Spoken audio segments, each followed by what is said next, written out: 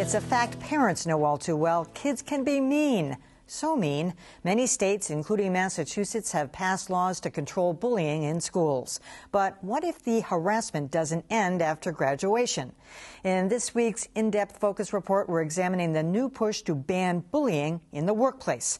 It's a controversial idea, and as WGBH News reporter Adam Reilly tells us, one critics are calling a classic case of good intentions gone too far. 5 years ago, Shelton Prince had a job he treasured. After years of addiction and criminality, Prince was working as a sales rep selling drug testing services around New England. He was making big bucks, and he thought doing good as well. I loved it. By me having this opportunity to work with this company, it was pretty much like a dream come true. But after Prince's turnaround was celebrated by a Boston Globe columnist, that dream turned sour. That's when things started to get a little more fishy. After his background became public, Prince says his coworkers started mocking him. They would call me pimp and where you get those pimp shoes from. I went on vacation and I came back and, we was talking. Oh, where did you go? And that's why I went to Georgia. It was around the 4th of July. Then, the comment was made, the old comment was, did you all have watermelon and chicken? You know what I mean? I found that to be very, very offensive. Prince says the harassment lasted for years and seriously damaged his quality of life. I ended up going to therapy behind this, and it was like 3 years of therapy, intense anxiety attacks, depression. That's exactly the kind of behavior the Massachusetts Healthy Workplace Bill is designed to prevent. Proponents say a law banning bullying in the workplace is long overdue. I've seen over time how much organizations need help with this and how much bad behavior still goes on. Organizational consultant Paula Parnegian says that even though a third of employees are bullied at some point in their career, many employers are blind to it. The person may be doing it very subtly, so they may be kissing up and bullying down or bullying across. So the manager doesn't see it, so it doesn't make sense. But skeptics say the bill is bad public policy. Bill Vernon is a lobbyist for small business and says the bill is dangerously vague, taking aim at everything from humiliating nonverbal conduct to acts that undermine an employee's work performance. The language in this bill gives an opportunity for someone who is being reprimanded or trying to be told how to better improve their job performance to say that that is harassment. Vernon adds that for the companies he represents, which have an average of just 5 employees, a mere allegation of bullying would be disastrous. They don't have legal staff. Once the lawsuit is filed against a small business owner, he or she is almost a loser immediately. They've already lost the expense of defending, even if the lawsuit's frivolous. 4 years ago, after the tragic suicides of Phoebe Prince and Carl Walker Hoover, Massachusetts passed an aggressive anti-bullying law for schools, even though critics warned it put educators in an impossible position. Now, says Parnegian, the organizational consultant, it's time to take the next step.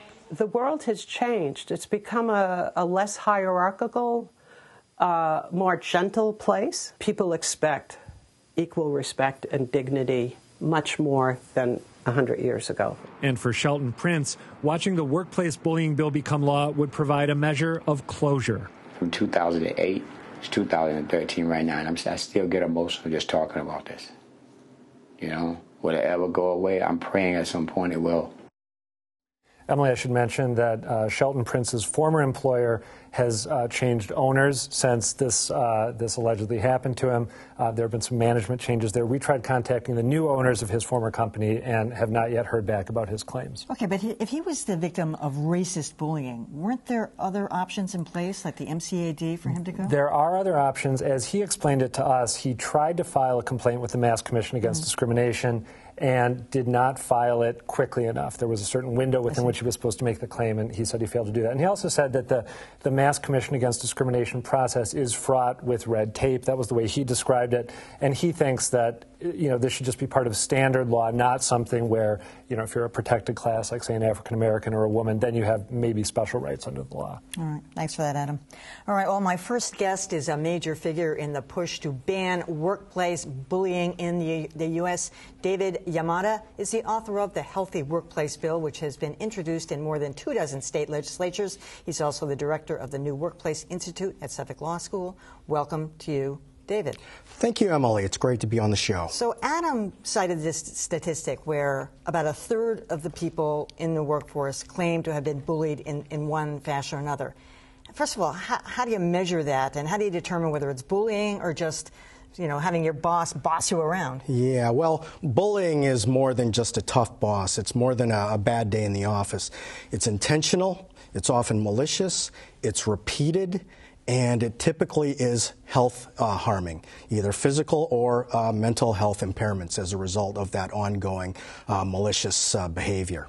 So why are we so far behind other states and, frankly, other countries? Sweden has had something like this, I think, since the 80s. Even Turkey has it. Yeah.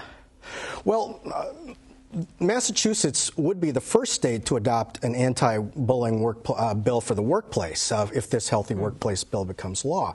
However, as you noted, other countries have been way ahead of us. Great Britain, the European continent, Canada, Australia. And what they've seen is that dignity at work should be front and center of an employee's experience, that you should be free of this type of targeted abusive conduct in a way that makes it impossible for you to be productive and to do your job. What about the gentleman in Adam's piece who said, look, this is just going to create chaos. The first time somebody, you know, there's going to be a legal morass, it's going to be expensive, and people are going to start coming out of the woodwork to complain. The legislation I've authored takes an approach that borrows heavily from the law of sexual harassment. It models the type of language that the Supreme Court used to describe sexual harassment. It also builds in defenses for employers so that honest evaluations are not the means, cannot be used for a lawsuit under this proposed statute. So I think what he's doing is sort of picking words out of the statute, but not looking at the totality of it in order to see how it fits together. All right, Dave, we're going to bring another voice into the conversation. Sharon OConnor is a management consultant and a developmental psychologist. She works with companies to curb workplace bullying. So you train people in the workplace. So you make it kind of a voluntary approach, but do you think the bill is necessary as well? Well, I think what the bill does is it provides organizations with a standard that says this is not going to be acceptable. Right now, the standard that exists is a legal standard. It is one that says you know, you can't abuse people in the workplace. But we think that it's much more, it's a much stronger thing to have a workplace bill like this. It's good for organizations. But most companies, including this one, have very strict policies in place so that if you feel like you've been abused or some dreadful thing happens to you, we had an incident here that was somebody made a complaint about something that seemed like an innocent prank, but the gentleman got very upset. He went to Human Resources, and it's their job to take action, and generally they do. And generally they do, but in the cases where they don't, I think that this is very, very important to have. Right. One of the other things that Sheldon Prince told us, he says one of the things that was the hardest thing for him was the notion that he was a man. And we're going to just play a little clip of that he didn't think this should happen to a man. You know, this thing about a man, you know, the old saying, a man is supposed to cry. You know, we're not supposed to feel certain things. And if we do, we deal with it on our own. I may be just taking this from the female perspective, but it feels to me like more women are bullied in the workplace than men. More women are bullied than men. However, men get bullied too. They probably don't speak up often enough about it. In fact, the U.S. Army right now is doing a study of looking at soldier suicides, and one of the things that they found is that oftentimes those suicides have been associated with toxic leadership trying to ride someone to the point where they break. So it's not just women, it's not just men. It is a universal problem. Is it more women, though? In my experience, we've seen both groups experience it, and we approach it differently based on the organization, what the organizational culture is, and what the person is experiencing. But we have seen both groups experience it.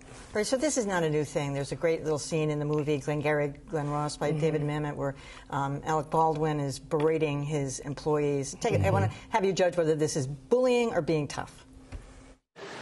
You got leads. Mitch and Murray paid good money. Get their names to sell them. You can't close the leads you're given. You can't close. You are. Hit the bricks, pal, and beat it, because you are going out.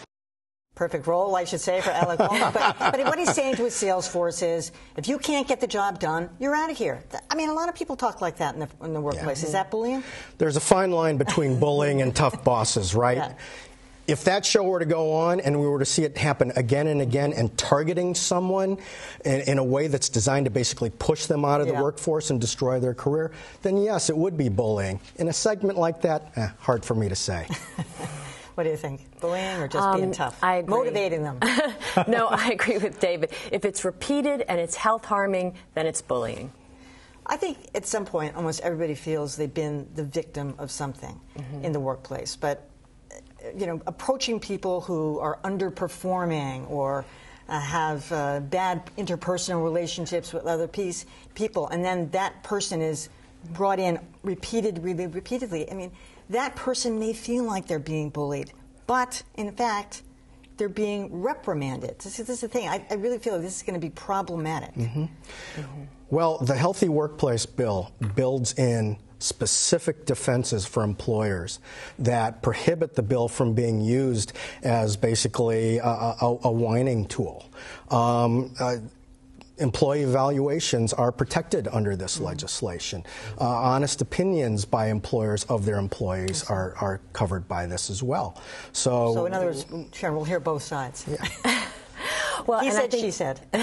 I think it's important to hear both sides. If you can create an organizational culture that allows open and honest communication, then you're going to have a more productive workforce. And that's the point, is how to get your workforce to be more productive. Where do we stand with this bill, by the way? It's in committee right now, the Labor and Workforce Development Committee. Absolutely. You know, and we are going to be making a push on it for the rest of the current session. Right. David Yamada, Sharon OConnor, thanks for joining us.